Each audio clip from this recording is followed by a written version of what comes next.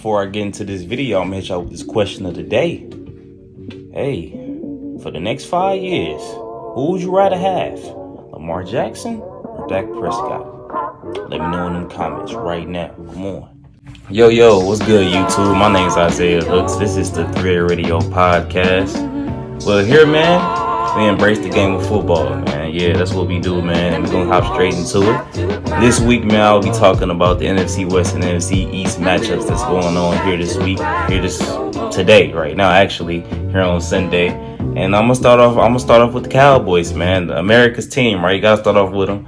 So I'm gonna start off with the Cowboys, man. They're heading to Arrowhead. They're heading to Arrowhead as the unusual underdogs, actually. And there's a couple reasons for that. The offensive line in Dallas is still shaky right now. They've had a change. Jerry Jones made a change this week on the O-line, benching Connor Williams due to just lack of discipline, too many penalties, and he just got tired of it. And it's understandable to be a top NFC team, especially racing for the 1 seed. Penalties, holding, false starts, stuff like that is just inexcusable at this point, and this football team can't afford to just lose games off penalty yardage and mistakes. And I can understand the move that was made here. And they're starting the guy who has been moving around a lot in this Dallas offense, and Connor McGovern. He's been moving around from the fullback position, blocking out of there in the pistol formations, I formations, goal line formations. He's been doing everything for these Dallas Cowboys. And maybe he is more disciplined than Connor Williams is at this point in his career. And we'll have to see, though. We'll have to see how Connor McGovern actually plays in the full entirety of the game on this Dallas O-line. And also, man, it's just Tyron Smith has still yet to come back, and he's still questionable for tomorrow's game. And this Dallas O-line has been shaky for the past 3 weeks or so since I would say the Broncos game with Tyron Smith that was out of that game. And you've seen the Dallas offensive line really struggle with that game. I mean, they can barely get any points on the board. They ain't really getting any points on the board until garbage time in that game. It was getting, I would like to say, curried with like 10 minutes still left to go in the fourth quarter. It was 30-0. So yeah, that's one of the main reasons Dallas goes into this game as the underdog against the Kansas City Chiefs, especially with Melvin Ingram, Chris Jones, and all those guys over there. It's gonna be a tough matchup for this new Dallas O-line, I would say, especially if it's just McGovern and still the backup for Tyron Smith. It's going to be hard to contain this Chiefs defensive line. And another reason the Dallas goes into this game as an underdog is Amari Cooper is out, man. You're arguably,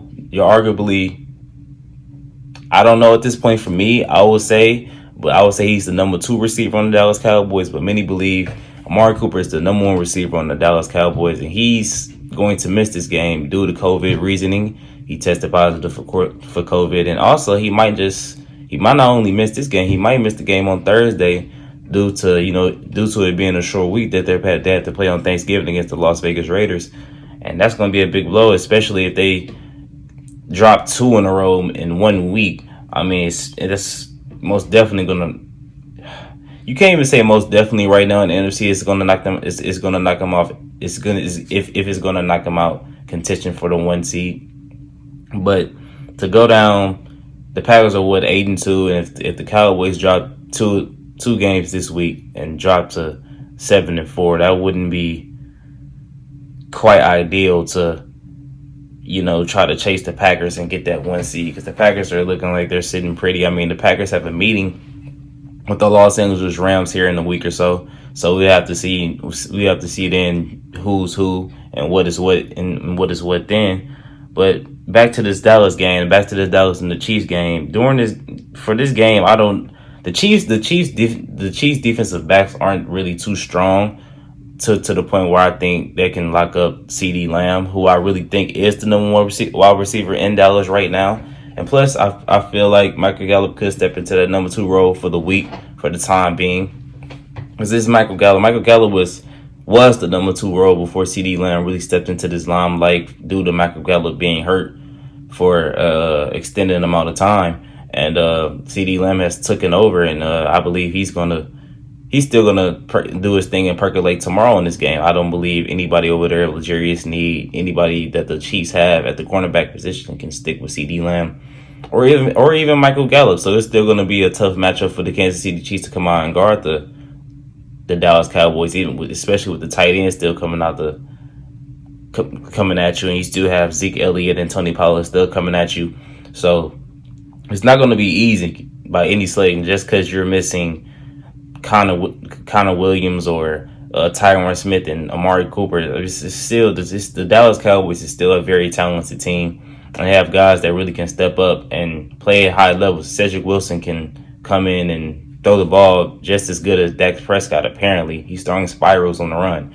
I mean, he played quarterback a while back in his younger days, but for him to still throw the ball this well, I mean, Cedric Wilson is still a threat, and so I still think this Dallas Cowboys offense will find ways to move the ball down the field. This is the league's best offense. I just can't see the Chiefs, a shaky Chiefs defense, a Chiefs defense that's not really all that good, stopping the number one offense in the league.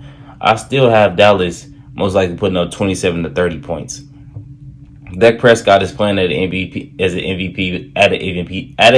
level. I'm sorry, and if not, he is the MVP. But we'll have to see because him and Patrick Mahomes will do it tomorrow.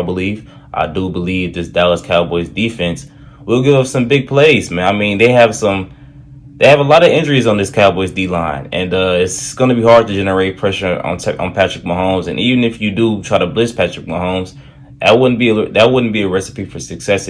As you know, Patrick Mahomes is one of the best quarterbacks going against the blitz.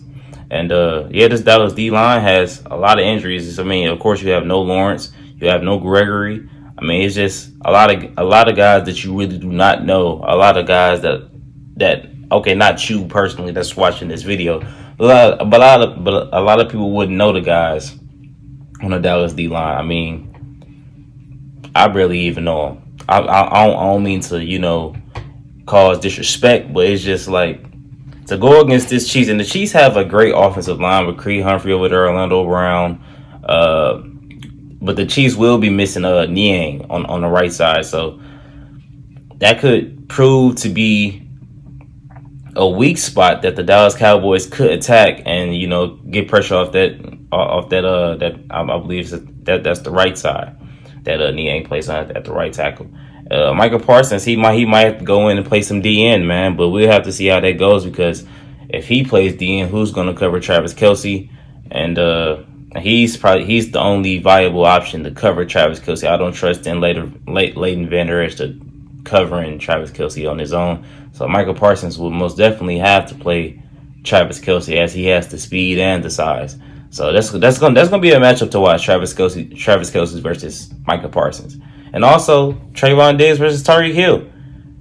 Can Trayvon Diggs really take all the chances that he really wants on Tyreek Hill, knowing that Tyreek Hill is a speed demon? I mean, it's just one mess up and you're beat down the field.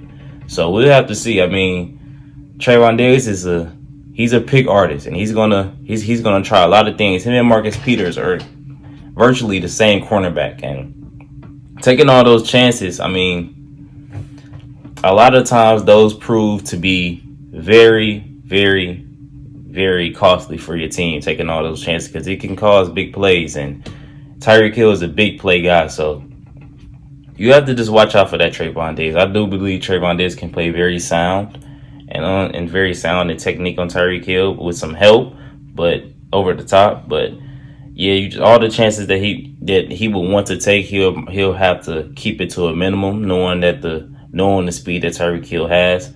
Even Mecole Hardman himself, he has. I mean, Trayvon Diggs might end up on Mecole Hardman, and he might have to cover him down the field. So you really can't take chances on these guys like that due to the speed. So we'll have to see how this plays out, man. I have the Cowboys losing this game, 30-27.